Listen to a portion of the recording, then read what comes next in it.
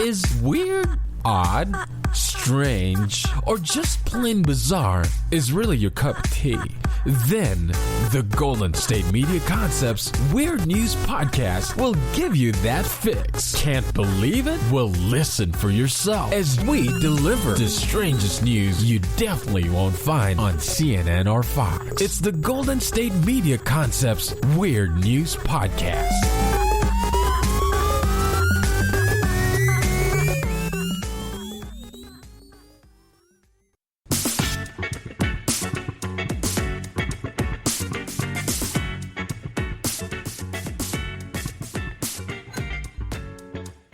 Welcome to the GSMC Weird News Podcast, where if you give a man a fire, he is warm for a night, but if you set him on fire, he'll be warm for the rest of his life.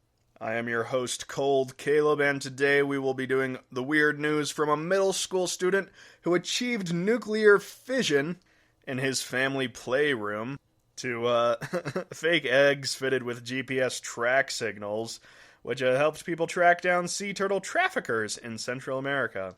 Isn't that fun? And that's just the first segment. In the second one, we will get to Facebook's nudity algorithm, which banned a company's images of onions, along with a couple of other sexy stories. And then, in the third segment, we will get to my perverse stories, if those weren't perverse enough. A Tennessee man tried to resurrect his grandmother, which cost an approximated $30,000 to a local cemetery. And then we will wrap up in segment 4 with my top 10 biggest hoaxes in all of history. So let's begin with the aforementioned middle schooler who achieved nuclear fusion in his family's playroom. This was said to have occurred just hours before his 13th birthday, when the young boy fused together two deuterium atoms using a fuser he had built in his playroom of his family home in Memphis, Tennessee, which officially makes him the world's youngest person to achieve nuclear fusion. His impressive achievement was verified by Fuser.net, which is an open source fuser research consortium, in case you didn't know, and they confirmed that the boy did this by research online alone, which is bizarre and slightly frightening. This, by the way, his record has also landed him in the Guinness World Records book of 2021, so if anybody still cares about Guinness World Records, there you go. The boy said he got his inspiration for nuclear science from Taylor Wilson, which is great. It would be extremely unfortunate if he had been inspired by Russian dictators or something. Anyway, he was inspired by Taylor Wilson, a self-taught nuclear physicist who was also known for achieving nuclear fusion at a young age. This ultimately inspired the young boy to attempt to build a fuser for himself. But to clarify, he was the only person to have any involvement in his own design and production. Jackson was not always convinced. Oh yeah, his name is Jackson. I try not to say names, but I just spilled that one. Jackson was not always convinced he would be able to obtain nuclear fusion and achieve a Guinness World Records title. Really? That's what you were after, buddy? I don't know. He says, quote, "I was unable to achieve a strong enough vacuum to ignite the fusion reaction, but with the perseverance I achieved my goal." His idea of accomplishing nuclear fusion within an ordinary household seemed impossible at first, and slightly dangerous. And the funny thing is his family and friends did not understand what he was attempting to do, even though he covered his room and the actual device in radioactive signs. Many people claimed that his project was outlandish, because it is, but the boy continued despite the doubts, and of course eventually showed his close circle of friends and family his plans that were not only real, but were also well thought out. So in the year of 2020, he got to work within his home. He built a lab, which is actually quite extensive, and he describes it as having too many parts to even write down. Although the pandemic has kept him at home, it has helped him explore an infinite amount of learning material online and has been able to assist in his continued research in his interests. And the funny thing is, now that it's about a year after he completed his little study, he no longer conducts experiments. He says he has decided to look forward to, quote, next best things. Of course, however, he is proud of his accomplishment, and making it into the Guinness World Records 2021 book is the cherry on top. Now, if you think that story was impressive, wait till you hear this next one. A beast of a snake was caught in the Everglades, and it sets a new record of length. Alright, so obviously Florida story of the week. The python hunters caught the longest Bernese python ever captured in Florida. It's a female which measured at 18.9 feet, which beat the previous record of 18.8 feet. Okay. So, 1/10 of a foot or an inch. Or I guess a little bit more than an inch. A little bit more than an inch. I think a snake beating the previous record by an inch might not be entirely valid. I don't know, my cynicism just leads me to assume that it would be difficult to measure the biggest snake in Florida to within an inch of its actual length. Whatever. What do I know? I'm not Floridian.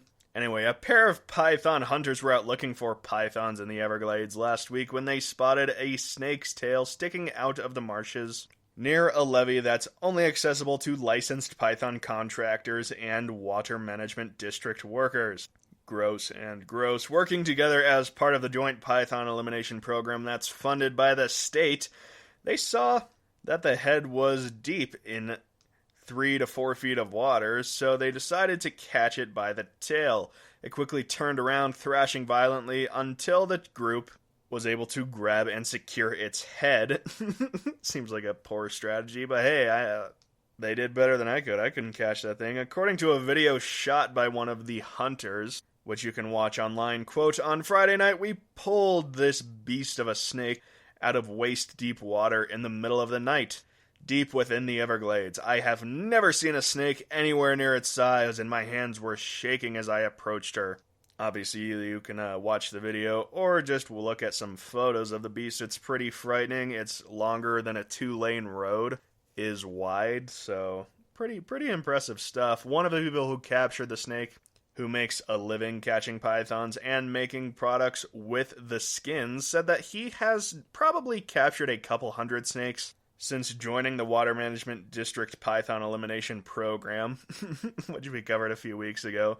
And he has actually been commissioned to make footballs out of python skins for the Miami Super Bowl, which is an incredibly cool thing to put on your resume. He says this is his toughest capture yet. Quote, "It took every ounce of my strength to catch that beast. I would normally never catch a python by the rear." But in this case, Kevin was there, which is his partner, and he was able to get her head once she realized what was happening.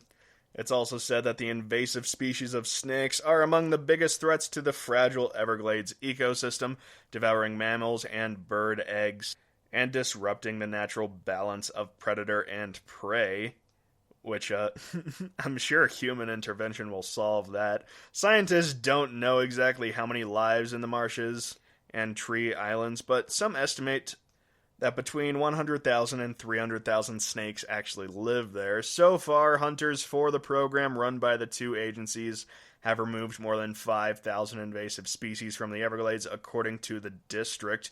Quote, "The removal of this behemoth Bernese python is a triumph for our native wildlife and habitants," according to the FWC commissioner. Who cares what he thinks?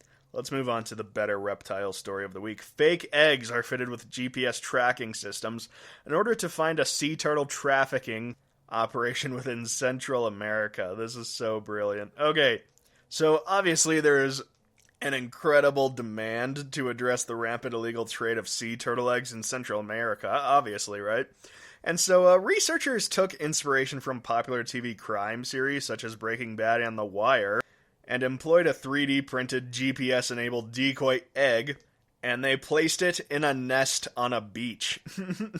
And apparently it also worked. Unsuspecting sea turtle egg traffickers collected the decoy eggs along with the real ones, and the researchers were able to track their movements across a trade chain covering 137 kilometers. The study's lead author, who was a conservation biologist at the Durrell Institute of Conservation and Ecology at the University of Kent in the United Kingdom, worked in a close collaboration with the conservation organization of Paso Pacifico. The NGO's mission is to stop the illegal trade of endangered sea turtles in Central America. and researchers affiliated with the Paso Pacifico responded to a call for proposals for the Wildlife Crime Tech Challenge organized by the United States Agency of International Development, which gathers projects that employ technologically in order to fight wildlife poaching. Good God, that was the worst paragraph I have ever read. In Costa Rica, turtle eggs are considered a delicacy, and sometimes a, quote, seasonal treat, and if you ask the right fellas, they can even be used as an aphrodisiac.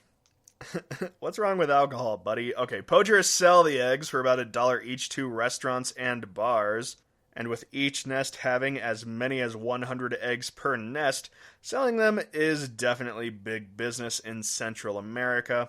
But although collecting endangered sea turtle eggs is illegal, and despite beach patrols, poaching is still rampant in Costa Rica and the Caribbean.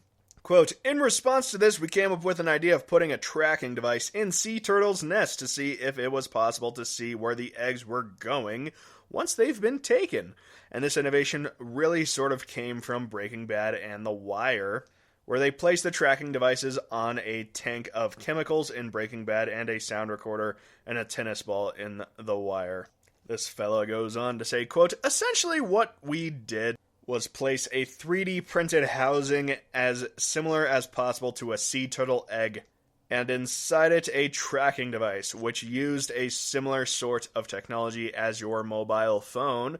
So it's got a GPS and an SMS detector in there, and it will give you a signal whether there's clear skies or not. My role came in a lot later. They already had a prototype developed. I was actually the person who put the eggs in the nests. You don't have to go around bragging, buddy. He goes on to say, quote, so I was the first person to deploy the decoys and to actually test this technology on behalf of Pacifica. So it's fantastic that this worked out for them. The problem is that the first time it worked, they came out with this article which has now gone viral, and so every single turtle poacher is now very well aware of this ruse people are now using to catch said poachers. So, I don't know, the poachers will probably use metal detectors to make sure they aren't being tracked now. Perhaps bragging about your secrets is not the best way to keep a secret. Anyway, the decoys, aptly named Egg-gators. Egg-gators? I don't know, that doesn't work at all. They were placed in 101 turtle nests on 4 beaches in Costa Rica.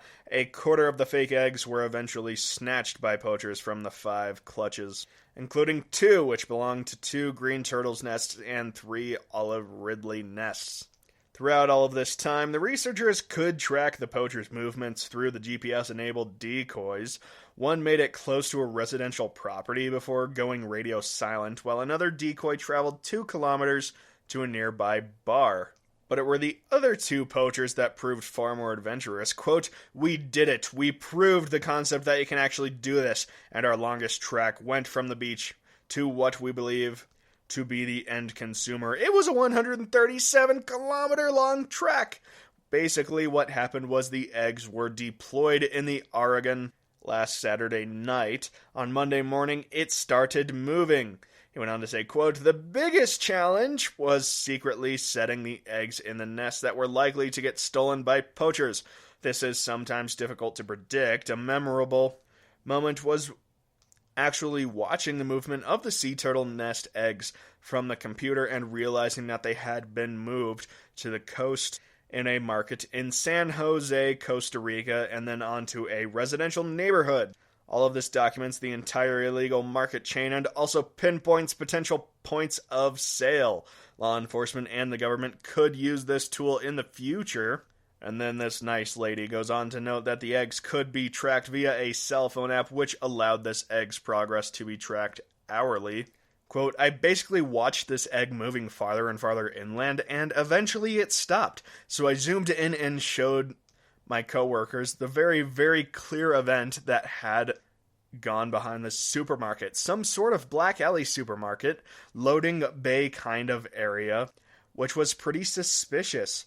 there's really no reason to be there in the first place unless you are up to no good, and that was a great result in itself. Then the next day I went down to download the data from the eggs, and lo and behold, it had moved again. It was actually in a residential property now, and this really does give us a lot of information. We know for a fact that the egg was taken illegally from the beach. The fact that it spent 2 days in sort of waiting suggests that it may have been handed over to a trafficker, and there was definitely some transactions going on behind the supermarket. Then the egg ended up in a residential property, which really fits with what we know about the illegal trade of coast eggs in Costa Rica. We know from anecdotal information from interviewers that the eggs are sold door to door, and it's very likely that this is what happened. Door to door turtle egg selling. And here I thought door to door solar panel sales were difficult.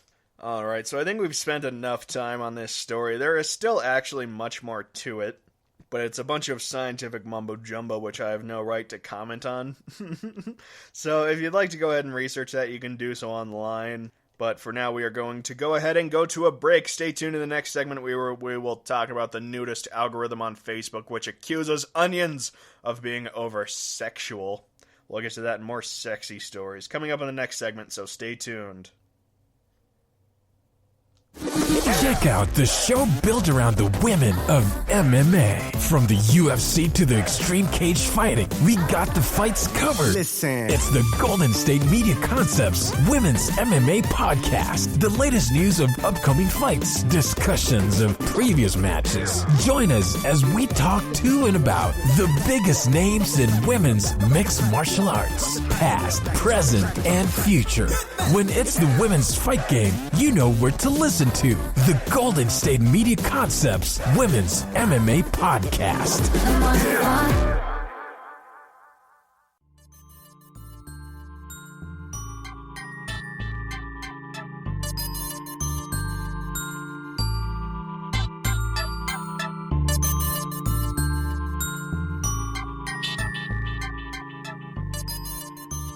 Welcome back to the GSMC Weird News Podcast, where the fastest way to travel is to be there already. Speaking of nudity, nudity algorithms from Facebook admits that they wrongly blocked a company's onion photos. And they also claim that the adverts will be restored. We'll get to that and more sexy stories during this segment. Canada's most sexually provocative onions were pulled down from Facebook after the social media giant told a produce company that its images weren't exactly against advertising guidelines, but they were indeed provocative enough to be removed. Facebook has, of course, since admitted the ad was picked up by an errant algorithm and will be restored ASAP. The off-brand app of onions was said to have offended people with its ad, which shows an image of a handful of onions in a wicker basket. According to the Facebook notice sent to the company in recent days, the onions were posted in a, quote, sexually suggestive manner. Now, most people would argue, of course, no they aren't, they're frickin' onions. Whereas I would argue, who cares if I want to stack my onions in a sexually suggestive manner? I will do what I damn well please. Anyway, quote, I guess something about the two round shapes could be misconstrued as boobs or something nude in some way, according to the manager of the Gaze Seed Company. Gaze, by the way, which is a St. John's business that sells seeds, soil, and other supplies. The business pays Facebook for advertising and was preparing to put out its spring advertisements for onions when the image was pulled down. Quote, I just thought it was funny. You'd have to have a pretty active imagination to look at that and get something sexual out of it. Wow, I like this guy. I'm gonna buy his onions. Ironically, the error is said to have made for more publicity than the actual ad ever could have made on its own. On its Facebook page, the seed company had fun, quote, creating mock-ups of what Facebook thought they were seeing. He went on to say that he felt like the description was likely automated due to the odd nature of the sexual accusation, which was actually entirely accurate as a guess. He said his company was seeking to get actual human eyes on the photos so they could realize there was nothing sexual involved. Quote, "It's just onions." And then he sent an email to the National Post last Wednesday. Facebook has now explained that an algorithm was in fact at fault. And like the owner of the Onion Company itself, Facebook had a funny take on the situation. Quote, "We use automated technology to keep nudity off our apps, but sometimes it doesn't know a Walla Walla onion from a, well, you know. So we restore the ad and are sorry for the business trouble." And thus ends the Onion sexual saga, which is sad. I was hoping they would make a trilogy. It is said that from just April to June in 2020, Facebook algorithms have removed 35.7 million pieces of content that were in violation of adult nudity and sexual activity policies. Good gravy, that is way too much fun. Okay, next sexy story. A priest recorded having group sex on an altar of Pearl River Church. Police say there are now 3 people arrested. Okay, so this all began when the lights inside St. Peter's and Paul Roman Catholic Church in Pearl River were on later than usual on September 30th, so a passerby stopped to take a closer look. He peered inside and saw 2 small parishes' pastor half naked and having sex with 2 women on the altar, according to the court documents. The women were dressed in corsets and high-heeled boots. There were sex toys and even stage lighting. And a mobile phone as well as a separate camera, which were mounted on tripods, which were recording the entire event. In terror, the eyewitness took a video and called the local police, who arrived at the church and viewed that recording. The officers then arrested the Reverend, who has been the pastor of St. Peter and Paul since 2019, and he is being charged with obscenity. That would be funny to be legally considered obscene as a person. Anyway, the Archdiocese of New Orleans announced the priest's arrest on October 1st, but of course they did not give specifics as to why he was arrested. Nor would the police. New details, however, have of course emerged in court filings that paint a lurid picture of the priest recording himself engaging in sexual roleplay while desecrating a sacred place within the church. Public records additionally show that one of the women is actually an adult film actress who also works for hire as a dominatrix. On social media account associated with the lady on September 29th, her post says that she was on her way to the New Orleans area to meet another dominatrix and, quote, defile the house of God. She and her female co-worker were booked on the same count as the Reverend. Police said the charge stems from a, quote, obscene act that occurred on the altar, which is clearly visible from the street. Sex on the altar is okay, but not if anybody else sees it. Not if anybody else has enjoyment from it. The arrests mark the latest scandal to befall the Archdiocese of New Orleans after different North Shore priests, which have been accused of abusing people sexually. The arrested reverend, who was ordained in 2013, had recently been named chaplain of Pope John Paul II High School in Cildel. In addition to his duties at St. Peter's and Paul, at the high school he succeeded a man who resigned due to the fact that he was accused of having inappropriate text messages with a student. The Archdiocese, of course, announced that it had suspended the Reverend from the ministry the day after his arrest. Of course, this brings a great amount of embarrassment, because in the Roman Catholic tradition, the altar is among the most sacred of church spaces, serving as the focal point of the Mass and the place of where a priest consecrates the Eucharist during the sacrament of the Holy Communion. And according to church's law, when sacred places are violated, they must be, quote, repaired by penitential rite before they can be used in the Mass once again. A local reverend said that this was a violation of the sacred place because it, quote, gravenly injured the altar itself. Alright, so this story's getting a bit long. I'm just going to wrap it up with a quote from the mayor. So the mayor said, quote, What upsets me is why did he have to do it there? I'm upset for all of us. That is, the parishioners of the church. Why did he have to do it there? So he's not upset that his priest had a threesome. He's upset that he did it on an altar. Which, hey, I'm not Catholic, so I don't know the significance of that, but apparently it's a big deal. So hopefully they cut open the priest's belly, put rocks in it, sew it back up, and throw him to the bottom of a river. You know, that way nobody gets hurt. Okay, our next sexy story. It's not really sexy as much as it is not sexy. Conservationists believe that up to 1,500 birds were killed in a single day after flying into Philadelphia skyscrapers. I love this story because I hate birds. I despise anything that's beautiful at a distance and disgusting close up.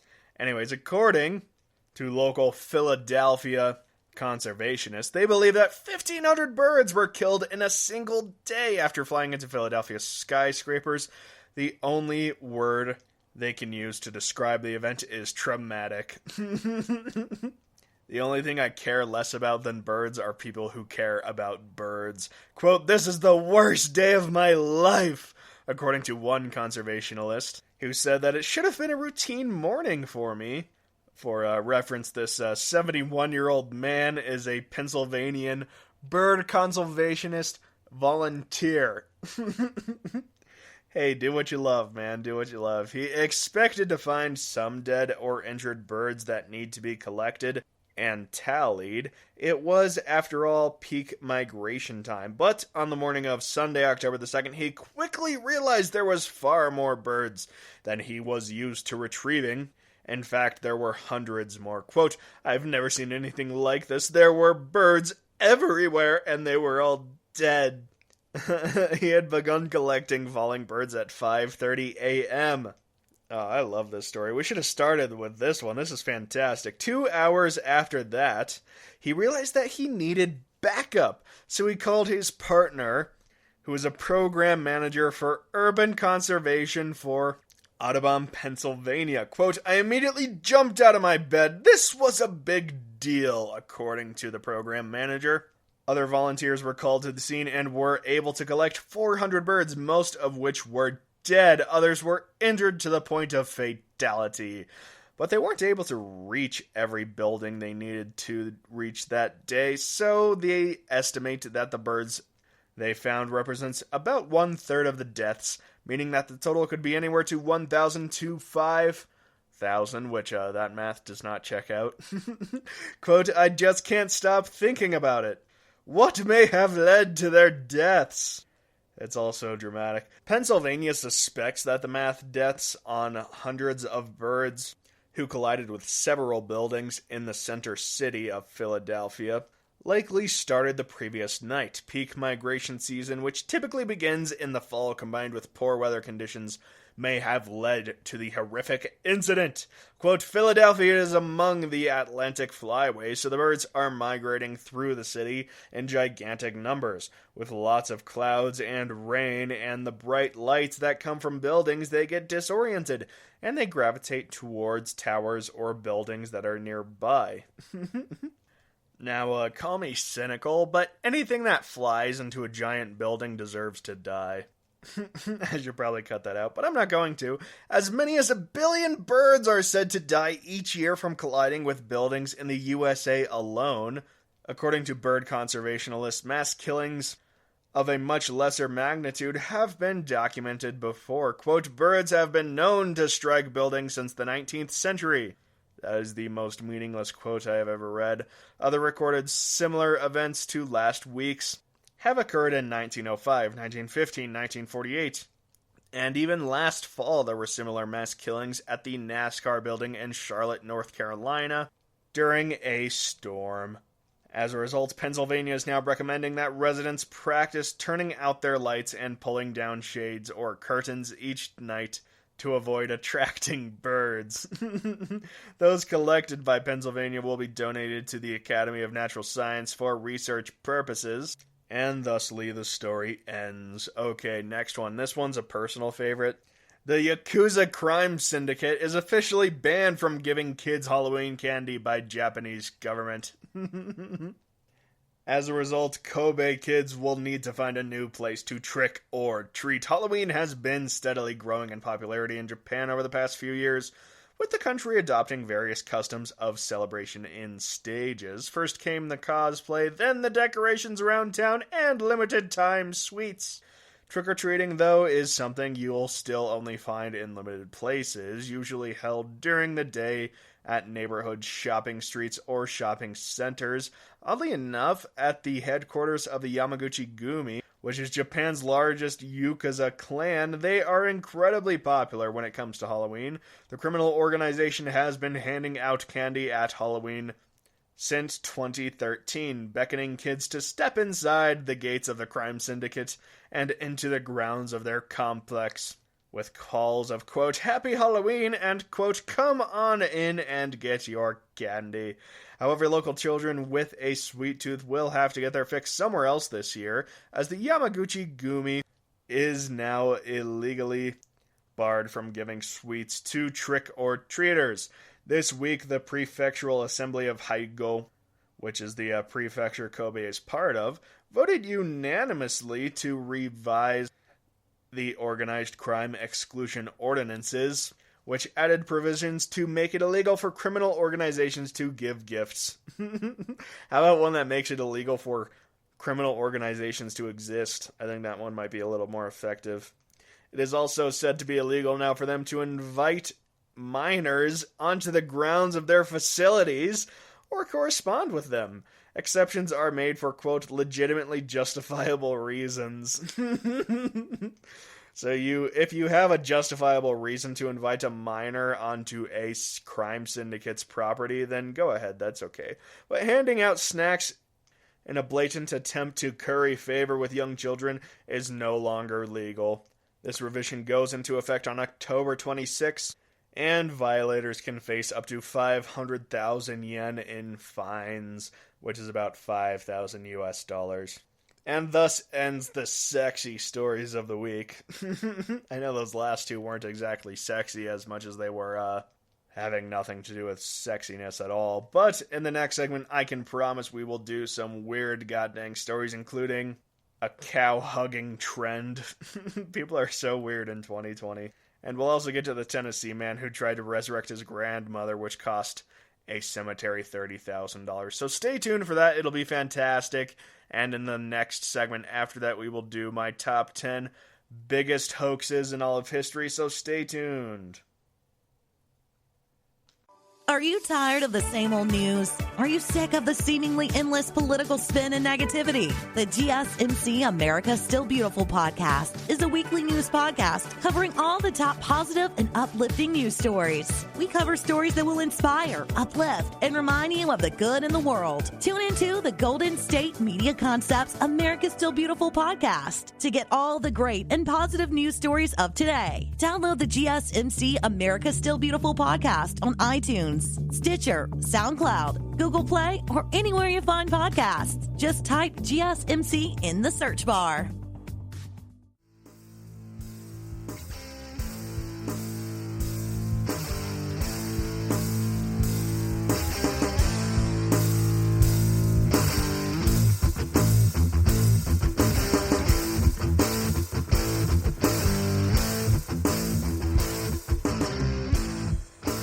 Welcome back to the GSMC Weird News Podcast, where love is grand, but divorce is $100,000. Okay. We're doing Terry Pratchett quotes this week, which most people find either stupid or funny. I don't understand why you can't think both.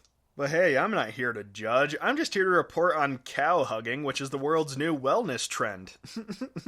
So obviously you've probably heard of goat yoga and sound baths. But what this all really means is that the world is full of wellness trends designed to soothe and calm both body and spirit. However, a new trend has started. A self-care practice healing from the Netherlands is promising practitioners serenity and perhaps a smile or two, dubbed Koolnuffelen, which is a Dutch word, which means literally cow hugging. The practice is centered on the inherent healing properties of a good human-to-animal snuggle. Cow cuddlers typically start by taking A tour of the farm before resting against one of the cows for 2 to 3 hours per session. Good gravy, that is a big waste of time and money. A cow's warmer body temperature, slower heart rate, and mammoth size is said to make hugging them an incredibly soothing experience, and giving the animal a back rub, reclining against them, or even getting licked is all part of the therapeutic encounter. Now, I'm going to reread that paragraph. I'm just going to change one word. Instead of starting with the cow's warmer body temperature, I'm going to start my paragraph with this. Caleb's warmer body temperature, slower heartbeat, and mammoth size can make hugging him an incredibly soothing experience, and giving the animal a back rub, reclining against him, and even giving him a lick is all part of the therapeutic encounter. I might get fired for that one, but it would be so worth it. Cow cuddling is believed to promote positivity and reduce stress by boosting oxytocin in humans and hormone releases in social bonding. The calming effects of curling up with a pet or emotional support animal seems to accentuate when cuddling with larger animals. This wholesome pastime emerges from the ritual Dutch provinces more than a decade ago and is now part of a wider Dutch movement to bring people closer to nature and county life. Today, farms in Rotterdam, Switzerland, and even the United States are offering cow hugging sessions and promoting the activity joy-inducing, stress-boosting properties. The cuddling experience is said to even be pleasurable for the cattle themselves. A 2007 study in the Journal of Applied Animal Behavior Science states that cows show cues of deep relaxation, stretching out and allowing their ears to fall back when massaged in particular areas of their neck and upper back. It seems that heartfelt bonding with bovines may just be what the doctor ordered. Everybody's lost their minds, which I believe is further proven in this next story, in which a Tennessee man tried to resurrect his grandmother, which cost a local cemetery $30,000 in damages. A man in Knoxville allegedly dug up portions of a local church's cemetery and broke headstones in an attempt to bring his grandmother back to life last Monday. The man who witnessed the incident said that the criminal had been sleeping near the church in recent nights. He also told police he was trying to, quote, resurrect his ancestor. He's charged now with vandalism and criminal trespassing for the nearly $30,000 in damage inflicted on the graveyard. How many rocks do you have to break to damage $30,000 worth of rocks? I don't know. I'm not a rock expert. And unfortunately, that's all we get for this story. It will develop in the future, but I'm not patient enough to follow it. Okay, next story. I'm not going to lie, the next two are actually really depressing. A man falls to his death while taking pictures on a cliff in Arizona, and when authorities went to discover the man's remains, they also recovered another body. A 25-year-old man died last Sunday after falling off a cliff at Glen Canyon National Recreation Area in Arizona, according to the National Park Services. Once authorities arrived on the scene, the man's body was tried to be recovered, and they discovered there were human remains of an unrelated victim who must have fallen to their death months prior. Oh, this is so not okay. Witnesses told the NPS that the man, identified as an Arizona local, was taking pictures at Glen Canyon Dam Overlook last Sunday morning. He was on top of the rim overlooking Colorado River when he fell about 100 feet down and then slid roughly 150 feet further. That does not sound fun. The victim, quote, suffered severe trauma and showed no signs of life after the fall. The Sheriff's County Office and officers with the Glen Canyon National Recreation Area discovered bones at the base of the Glen Canyon Dam Overlook where recovering the other body. Those bones have since been identified as human remains. Police and the Park Service are conducting an investigation to figure out where the remains came from, and they said they will release more information on the case when it is available. Once again, this is sadly where the story ends. Okay, the next one's even more tragic. So, just warning you now. A student dies in a go-karting accident after her hair gets entangled in the tire. Yikes, that does not sound like a fun way to go. An outing with family members turned tragic as the 23-year-old engineering student died after her hair got entangled in the go-kart's wheel, according to police last Thursday. The final year student was at Guram Guda go-kart venue along with her family members on Wednesday evening. As she was enjoying the go-karting, her helmet came off and her hair got entangled in the go-kart wheel. She sustained head injuries in the incident and was admitted to a hospital where she succumbed on last Tuesday. Her family members lodged a complaint with the police that the neglect by the go-karting organizers led to her death. Come on, really? Look, I understand this is an incredibly tragic event. This doesn't mean that her parents need to come out and say, yeah, you guys running the go-karts, you knew her hair was gonna get caught in those goddamn tires, and you didn't do a damn thing about it, even though this is the first time anything like this has ever happened. Nevertheless, they went on to allege that the organizers did not take safety precautions, which resulted in the incident. A case was registered at the local police station, and the investigation is now being taken up. And good gravy, like the last two stories, this one ends just like that. Alright, this is going to be our last news story of the week. A factory in France will mass-produce bugs as food. Though the world's population is no longer predicted to grow as much as we thought by the end of this century, there are still going to be a lot more people on Earth in 30 to 50 years than there are now. And those people are going to need healthy food that comes at a sustainable source. Technologies like cultured meat and fish, vertical farming, and genetic engineering of crops are all working to feed more people while leaving a smaller environmental footprint. A new facility in northern France, as a result, aims to help solve the future of food problems in a new, unexpected, and kind of cringe-inducing way. They are manufacturing a huge volume of bugs for human feeding. Before you gag and leave this podcast, you should consider the fact that these particular bugs aren't intended for human consumption, at least not directly. Our food system and consumption patterns are problematic, not just because the food we eat, but because the food our food eats. Factory farming uses up a ton of land and resources. According to a 2018 study, there have been repetitious reports that say that both meat and dairy provide just 18% of the calories people consume, which uses 83% of our total farmland and produces 60% of our agricultural's greenhouse gas emissions. This farmland is partly taken up by the animals themselves, but it's also used to grow crops like corn, soy, exclusively for animal consumption. And we're not just talking about cows and pigs. Seafood is part of the problem too. Farm-raised salmon, for example, are fed not just on smaller fish, which depletes ecosystems, but also soy, which, of course, grows on land. Enter the insects, or more appropriately in this case, enter the French company with big ambitions to help change the way the world eats.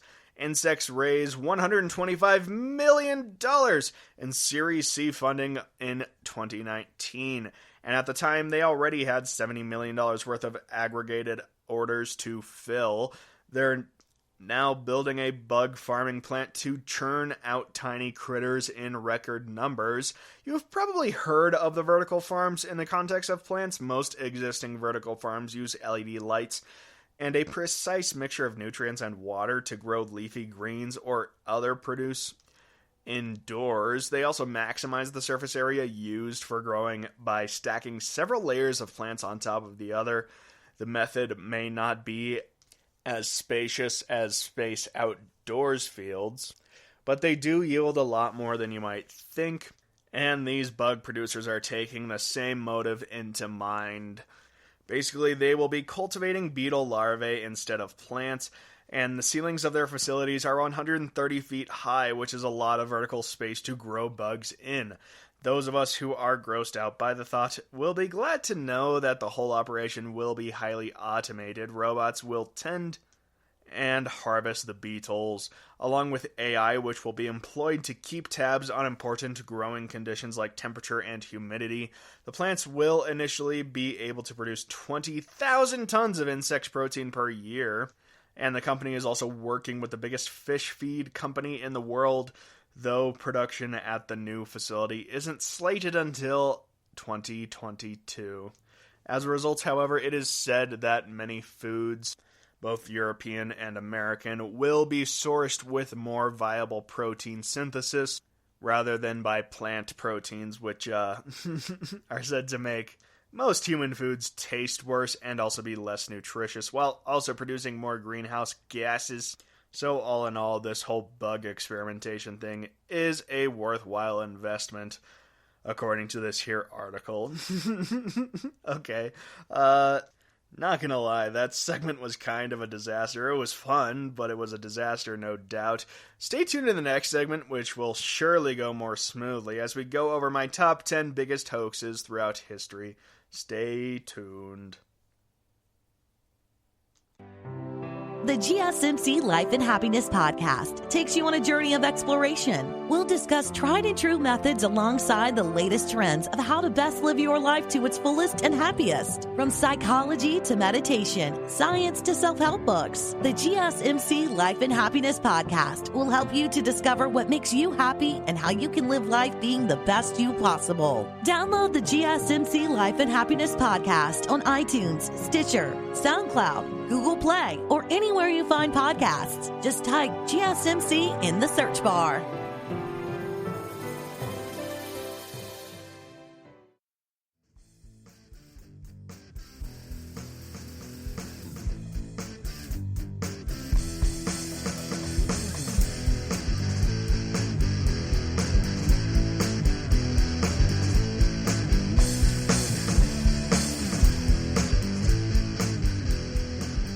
Welcome back to the GSMC Weird News Podcast, where in the beginning there was nothing, and then it exploded. We are now going to go over my top 10 biggest hoaxes in all of history, starting with number 10, no doubt, the Dead Fairy. This is the obvious one. On April 1st, 2007, or as some people say 2007, weirdos, a man named Den Brains from the London local society decided to play an April Fool's Day prank by putting the corpse of a fairy on an online auction website.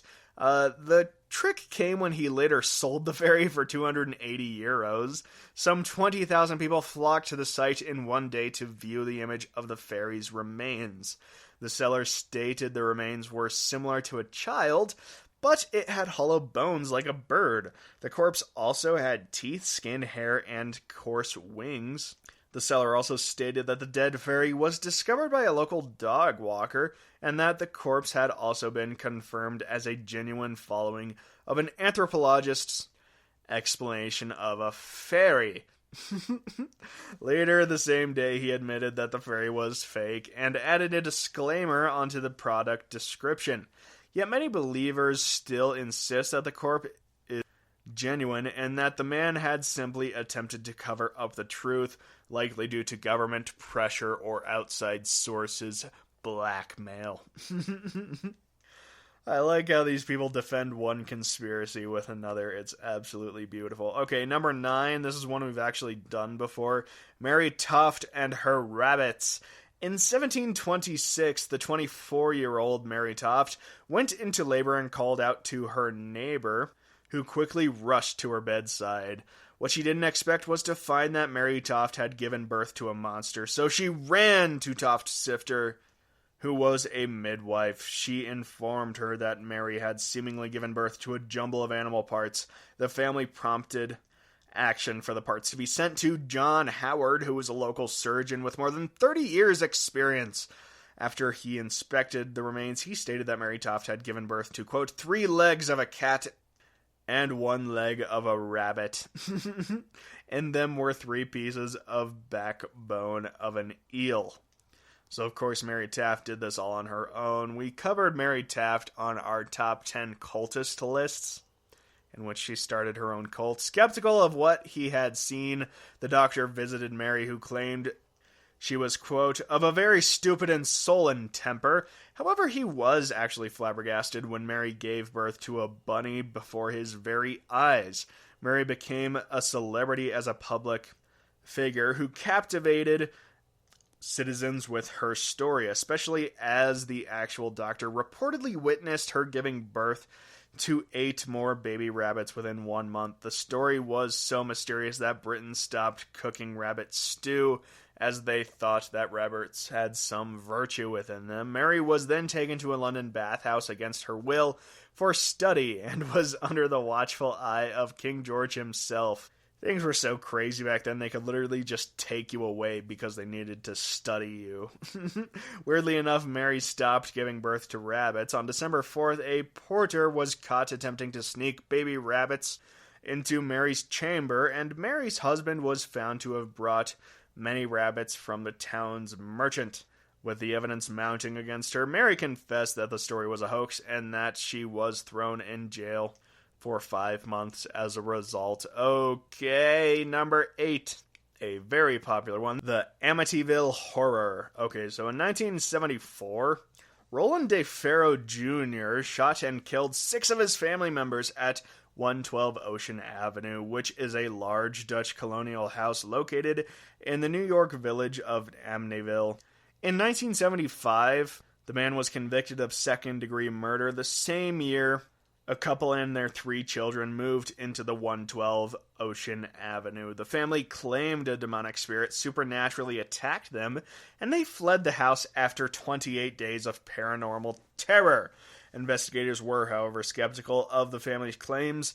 It wasn't until years later, however, that the lie was exposed, as DeFeo's lawyer finally admitted that both he and the Lutz family had worked together on the story and that both had profited substantially from the hoax. They also worked with Jay Anson, a novelist, to help enhance their tale, which was adopted into the hit movie The Amityville Horror. Fantastic. Number 7, the Tassidae. So the Tassidae is a lost tribe or an undiscovered tribe, yet Survival International simply stated that they had not been contacted due to isolation since the Stone Age. The tribe was described as a society of noble savages who lived peacefully inside jungle caves. In fact, the community had no words for violence or conflict. The Tassidae tribe was, however, controlled by Manuel Elizade, who would grant access to anthropologists and celebrities to visit them inside their caves. It was only when Oswald Itten paid an unexpected visit to the tribes that the hoaxes were discovered. He found the community relaxing, wearing t-shirts and jeans, and using modern tools such as knives and mirrors. After he questioned the community via translator, they admitted that they were not Stone Age tribes and that they had indeed played a role in the return for money from the man selling anthropologist tickets to the caves. The tribe was proclaimed by some to be a publicity scam led by officials of the regime of the recently disposed Philippine President Ferdinand Marcos. In 1988, however, President Coronaz Aquino declared that Tassidae was a real group. Though many scholars disagreed, other academics have since concluded that they were indeed a distinct, isolated people and not a, quote, Stone Age tribe. Number 6. Cleaver Hands. Cleaver Hands was a horse. He could not only count, but could also provide answers to complicated math problems. Or, at least that's what his owner, Wilhelm von Olsten, said, who wanted people to believe in his early 1900s hoax. Olsten was a mathematics teacher who would travel across Germany to provide free exhibitions of Cleaver Hans to wow the public with his remarkable talents. To answer audience questions, Cleaver Hans would stomp his foot. Of course, many people doubted the horse's talent, so various studies were eventually carried out on Hans away from his owner, but he would answer every question correctly. Austin's downfall came when a stranger asked a question he did not know the answer to. It became apparent that Hans wasn't capable of answering mathematical questions. He would simply tap his foot until the person seemed to relax when he reached the right answer. Clever Hans would know he was right when he received a round of applause from the audience and was treated with a reward. And as a result, the hoax was revealed. Okay, number 5. Spaghetti trees. This one's so goofy. It's hard to believe that a broadcaster would intentionally plan to deceive a whole nation, but that's exactly what the BBC did to UK viewers on April Fool's Day in 1957. The BBC aired Paranorma, which is a popular documentary which shows people harvesting spaghetti. At the time of the broadcast, spaghetti wasn't well known in Britain, so viewers were actually hooked by the images of a Swiss family harvesting pasta from a tree. To add more to the mockumentary credibility, Richard Dimbley was a respected broadcaster who provided the voiceover. The mockumentary was so believable that viewers contacted the BBC for more information on how to grow their own spaghetti tree at home, and therefore the network recommended that they, quote, place a spring of spaghetti into a tin of tomato sauce and hope for the best. Not gonna lie, that's pretty funny. You can actually go online and watch the entire mockumentary of growing spaghetti. It's funny for about 5 minutes. Okay, number 4. The Cardiff Giant. This one's fairly popular. Way back on October 16th, 1869, William Noel was digging a well in Cardiff, New York, when he discovered a corpse of a 305 centimeter tall or 10-foot man. He instantly believed that he had found a giant, so he covered the site with a tent. He then mentioned his discovery, along with the charge of 25 cents per view to the public. As crowds gathered to set eyes on the corpse, Noel doubled the entry fee. Unsurprisingly, all was not as it seemed, as archaeologists ultimately deemed the corpse was a fake. The Cardiff Giant was the creation of George Hull, a tobacconist who hired men to help carve the man out of a 3-meter or 10-foot block of gypsum in Iowa. He told the men that his invention was to create an imitation of Abraham Lincoln, which was said to become a monument for New York. The block was then shipped to Chicago and carved by a stonecutter who was sworn to secrecy. Stains and acid were then applied to the fake corpse to make it appear weathered. Hull then transported the faux giant by railroad to William Noel's farm. Noel, who was Hull's cousin, then hired 2 men to dig the well for them to find the giant. Alright, number 4, Nat Tate. Acclaimed British novelist William Boyd pulled off one of the greatest artistic literary hoaxes of all time in 1998. The former lecturer at St. Hilda's College in Oxford published a artist biography titled Nat Tate, an American Artist, 1928 to 1960, in which he claimed that Nat Tate was an abstract expressionist who both lived and worked in New York during 1950s. However, Boyd stated in his book that Tate destroyed 99% of his work during the course of one weekend, and then he lapsed his depression, in which forced him to leap to his death from a ferry by Staten Island. His body was never found. Of course, it couldn't possibly have been found, as Nat Tate was a figment of Boyd's imagination. Following the biography's publication, which was presented as a real and extensive review, the lie was found to be false, as lies usually are. Nat Tate's life was not only concocted by the William Boyd estate, but the book was also written in collaboration with the Tate Britain and the National Gallery. There were also other conspirators involved with the clever ploy, which included the great David Bowie, who gave public readings of the book on April Fool's Day. The reading behind the publication was to expose the pretentious art world, as many socialites and industry professionals claimed they were aware of Nat Tate's legacy. The art world realized it had been once again fooled by a reader who wrote, quote, "The Independents to expose the host," which is just a roundabout way of saying stupid art jerks are stupid. Okay, number 3. Balloon Boy. I don't really like this one. Aspiring actors Richard and Miyomi Heen had apparently debuted their hoaxes on the reality TV show Wife Swap. It should be noted that wasn't actually Wife Swap. It was Wife Swap 2.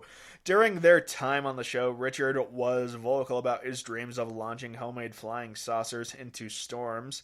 However, their dream of connecting with aliens seemingly became the biggest nightmare on October 15th, 2009, as they made a 911 call to state that their 6-year-old son, whose name was Falcon, had floated away on a helium-filled balloon.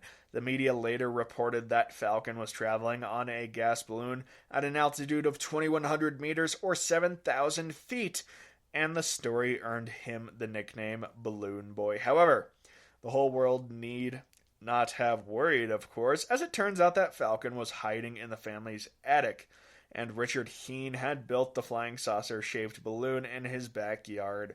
Richard was consequently sentenced to 90 days in jail, 60 of which were ordered to be work release, and he ended up paying $36,000 in restitution, while his wife served 20 days of community service. The Heen family were also told that they could not financially benefit from the hoax, such as profiting from a book deal. A funny observation would point out that this is the first time in history where people were outraged that a child was not in danger. Alright, number 1, the Hitler Diaries. West German magazine Stern published the first installment of Adolf Hitler's Unseen Diaries in 1983. The periodical reported that they paid $4 million for the 60 volumes, which they believed were found in the wreckage of a plane crash in 1945. Aware how important the documents were to history, the magazine had handwriting experts from Germany, the US, and France confirm their authenticity. However, people across the world were skeptical, and they had every right to be. The Brandershev publications released an article which revealed that the handwriting had been replicated using modern stationery practices. Additional handwriting tests were undertaken only to prove the document's inaccuracy. The hoax was said to have forced several editors to resign, including those from Stern, the Sunday Times, and even Newsweek. The diaries were later found to have been forged by Konrad Kajahu, who was, unsurprisingly, a small-time crook. Alright, that's it for the GSMC Weird News Podcast this week, and I will thank you for listening. Also go and follow us on Facebook and Twitter. You can subscribe to us on Speaker and iTunes. Also leave us a review on iTunes. That would be fantastic. Thank you so much for listening, and have a good night.